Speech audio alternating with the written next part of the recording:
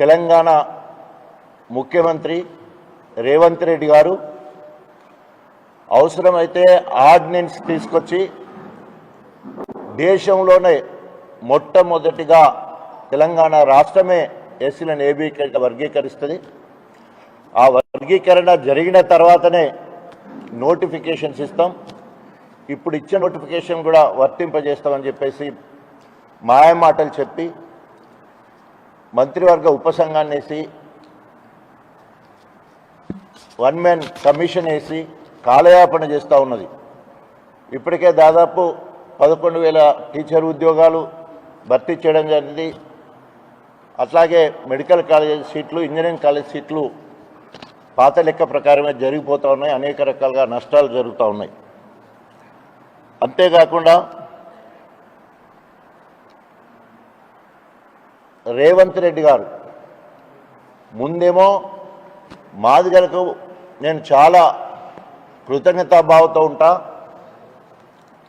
నేను జెడ్పీటీసీ అవ్వడానికి మాదిగలు కారణం, ఎమ్మెల్సీ అవ్వడానికి మాదిగలు కారణం, ఎమ్మెల్యే ఎంపీ ముఖ్యమంత్రి అయితే కూడా మాదిగల సహకారంతో నేను ఈ స్థాయికి వచ్చిన.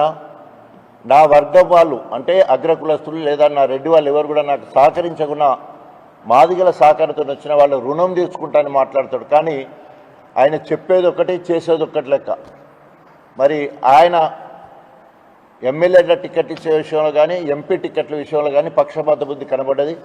ప్రత్యేకంగా మంత్రివర్గంలో 2 మాలలకు ఒక మోచే కులానికి ఇవ్వడం జరిగింది.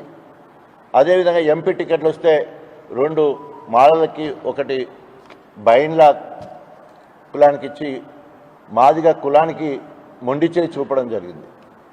ఇప్పటికైనా ఆయన చిత్తశుద్ధి ఉంటే ఆయన నొసటితోనేమో మాదిగల ముందున్నట్టు వెనుక నుంచి వెళ్ళి మాలలను ఎగేసే కార్యక్రమం చేస్తున్నాం. దానికి నిదర్శనం మరి వివేక్ వెంకటస్వామి గారు. కారణం ఏంటంటే రాష్ట్రమంతా తిరుగుతూ హైదరాబాద్ డిసెంబర్ 1న మీటింగ్ కూడా పెట్టి మరి కేంద్రంలో ఏఐసిసి అధ్యక్షుడు ఖర్గే గారు, రాహుల్ గాంధీ గారు అదేవిధంగా మేనిఫెస్టోలో పెట్టి కాంగ్రెస్ మేనిఫెస్టోలో ఎస్సీలను ఏబీసీ వర్గీకరించడం పెట్టి వారే ఒక పక్క గొప్పగా చెప్పుకుంటూ ఉంటే మరి అదే పార్టీలో ఉండి వివేక్ ఇంకా కొందరు ఎమ్మెల్యేలు పార్టీకి వ్యతిరేకంగా ఈరోజు 30 సంవత్సరాలు కృష్ణమాదిగా చేసిన దండోరా ఉద్యమంలో దేశంలో ఉన్న అన్ని రాజకీయ పార్టీలు ప్రత్యేకంగా తెలంగాణ వరకు వస్తే ఇక్కడ ఉన్న అన్ని రాజకీయ పార్టీలు ఏకగ్రీవంగా తీర్మానం చేయడం జరిగింది. ఒకసారి చంద్రబాబు నాయుడు తెలుగుదేశం అధికారంలో ఉన్నప్పుడు తీర్మానం చేశాడు. రెండోసారి వైఎస్ రాజశేఖర రెడ్డి గారు ముఖ్యమంత్రిగా ఉన్నప్పుడు తీర్మానం చేశాడు. బీఆర్ఎస్ అధికారంలోకి వచ్చిన తర్వాత ముఖ్యమంత్రి గారు కేసీఆర్ గారి సహకారంతో మరి నేను స్వయంగా తీర్మానం చేసే భాగ్యం నాకు దక్కింది. అదేవిధంగా రెండోసారి కూడా బీఆర్ఎస్ 2లో కూడా మళ్ళీ ఒకసారి కూడా తీర్మానం చేసి పంపించడం జరిగింది. అయితే అప్పుడు 100 రోజుల్లో పూర్తి చేస్తానన్న మోడీ మొండిగా ఎలక్షన్లకు వాడుకోవాలనే ఉద్దేశంతో ఎలక్షన్ల ముందు ఈ కార్యక్రమం అంటే మరి వారి సహకరించడం వల్ల సుప్రీంకోర్టు ముందుబడి అన్ని పార్టీలు వారి వారి తరపున వారి అడ్వకేట్స్ని పంపించి గొప్పగా సుప్రీంకోర్టులో వాదించి మరి చారిత్రాత్మక తీర్పు రావడం జరిగింది.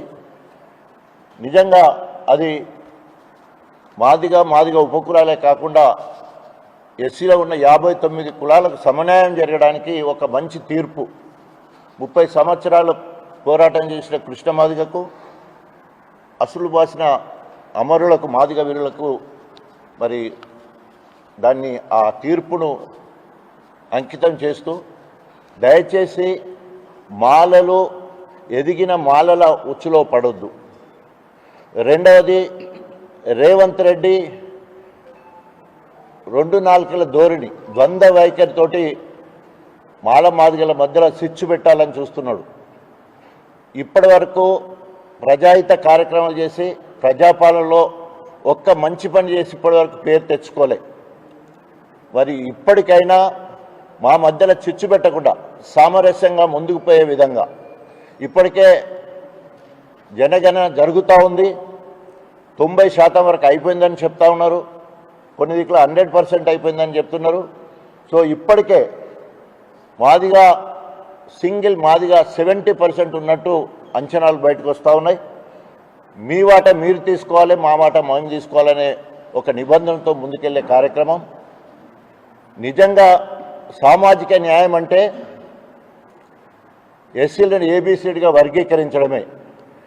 ఎస్సీలను ఏబీసీలుగా వర్గీకరించే వాళ్ళు అంబేద్కరిజానికి వ్యతిరేకం, సామాజిక న్యాయానికి వ్యతిరేకం.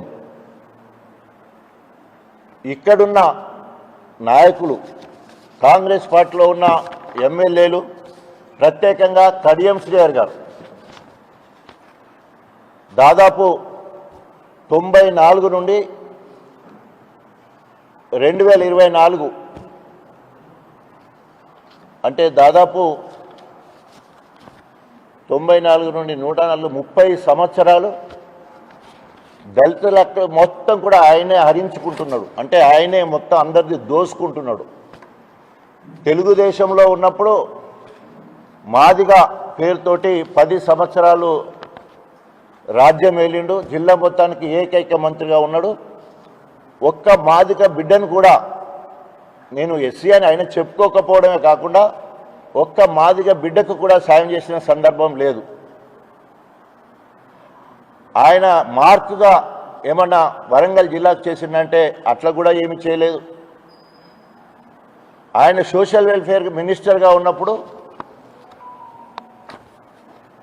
వరంగల్లో ప్రత్యేకంగా మాదిగలను ఒక పక్కనేమో ఎన్కౌంటర్లు, రెండో పక్కనేమో దండోరా ఉద్యమంలో పనిచేసే నాయకులందరి మీద కేసులు పెట్టించి పోలీస్ స్టేషన్లో పాలు చేయడం, నన్నైతే రాసి రంపాన పెట్టడం. నేను ఇవాళ రాజకీయాలకు వచ్చి నేను ప్రజా వైద్యుడిగా ఉండి వైద్యం చేసుకుంటున్న నన్ను మాదిగల ఆత్మగౌరవం కోసం, మాదిగల ఉనికి కోసం, అస్తిత్వం కోసం దండోరాలో పనిచేస్తున్నందుకు కక్షగట్టి మరి ఆనాడు అనేక ఇబ్బందులకు గురి చేయడం జరిగింది.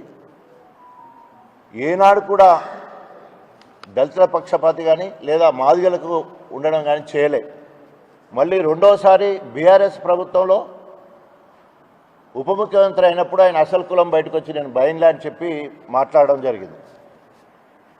ఇక్కడికి వచ్చి ఇక్కడ కూడా ఒరగబెట్టింది ఏం లేదు. దళితుల కోసం దేవుడు నాకు చిన్న అవకాశం ఇచ్చినా కూడా మాదిగ అస్తిత్వం కోసం, మాదిగ ఉనికి కోసం, ఆత్మగౌరవం కోసం, తెలంగాణ రాష్ట్ర సాధన కోసం అధికార కాంగ్రెస్ పార్టీ ఎమ్మెల్యే పదవికి రాజీనామా చేసి తెలంగాణ జెండా పట్టుకొని మాదిగలు తెలంగాణ ఉద్యమంలో ముందు వరుసలో ఉన్నారని చెప్పే కార్యక్రమం చేసినాం. తెలంగాణ ఏర్పడ్డ తర్వాత తీర్మానం చేయాలంటే, అసెంబ్లీలో తీర్మానం చేయాలంటే కేసీఆర్ గారి ఆశీస్సులతో వారిని ఒప్పించి మెప్పించి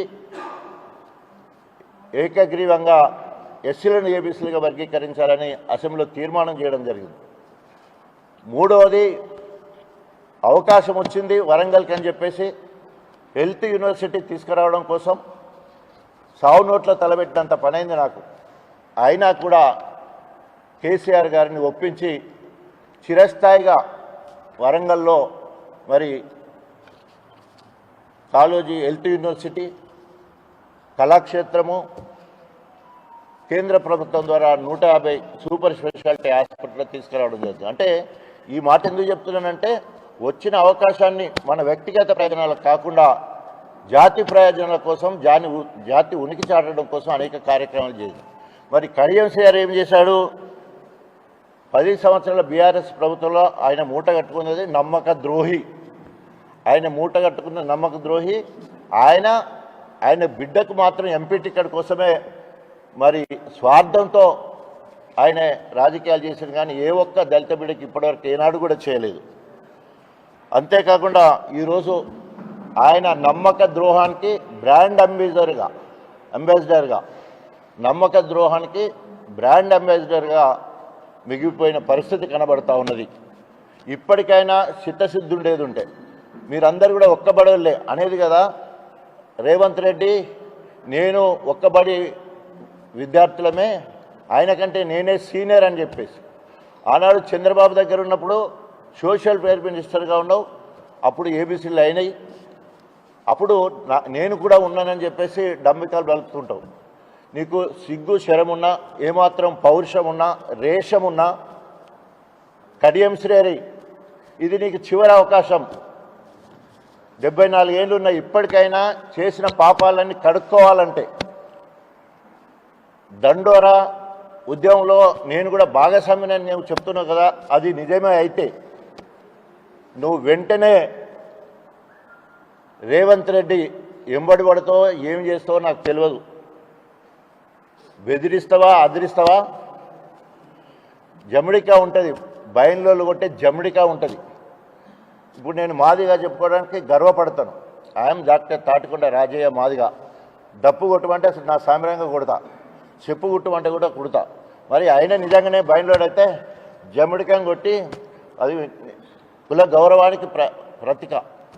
జమిడిని కొట్టి రేవంత్ రెడ్డి నొప్పించి మరి ఎస్సీలను ఏబీసీలుగా వర్గీకరణ అయ్యటానికి సిద్ధంగా ఉన్నది. ఎవరు ఆపే పరిస్థితి లేదు.